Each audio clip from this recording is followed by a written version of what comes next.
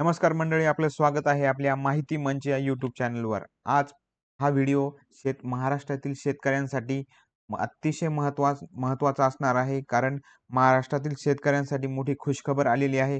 सरकारने शेतकऱ्यांसाठी कर्जमाफीची घोषणा केलेली आहे. इतक्या दिवसापासून आपण वाट पाहत होतो की आपल्याला कर्जमाफी मिळाली पाहिजे, पण आज सरकारने घोषणा केलेली आहे.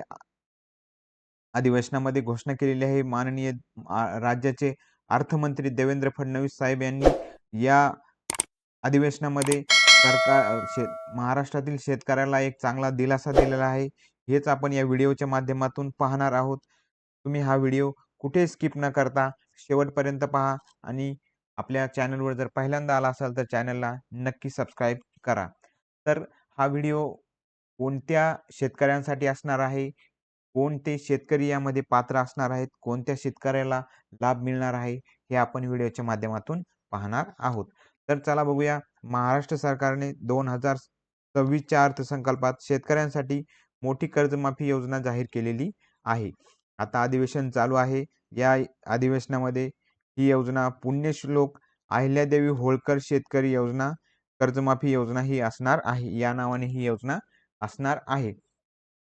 खालील कर्जमाफीची सविस्तर माहिती दिलेली आहे. कोणाला मिळणार आहे किंवा कोणत्या शेतकऱ्याला कर्ज माफ होणार आहे. तर कर्जमाफी किती मिळणार आहे, तर पात्र शेतकऱ्यांचे 2 लाखापर्यंतचे पीक कर्ज माफ केले जाणार आहेत. लक्षात घ्या, इथं शब्द टाकलेला आहे पीक कर्ज.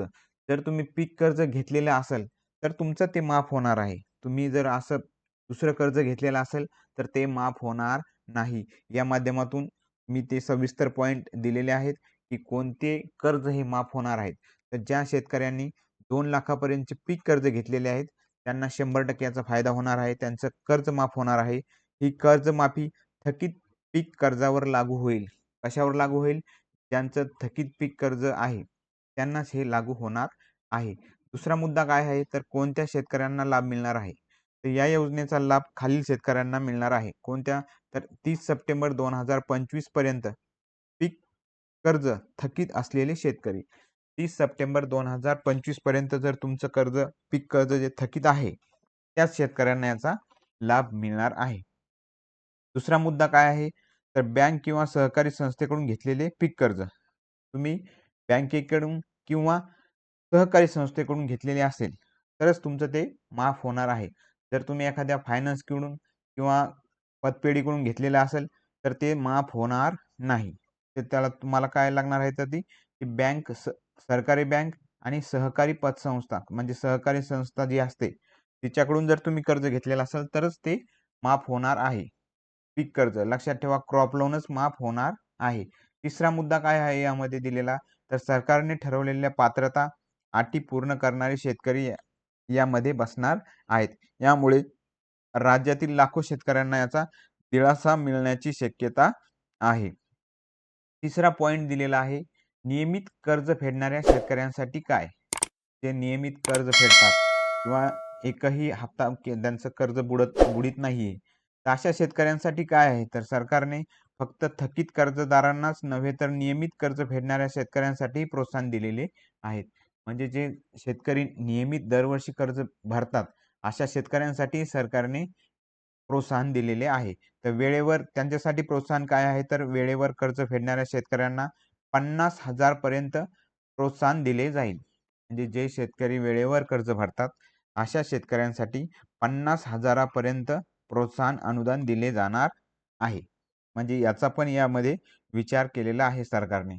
चौथा मुद्दा काय आहे, तर सरकारवर किती खर्च येणार आहे. आता समजा आता एवढे शेतकरी आहेत महाराष्ट्रातील.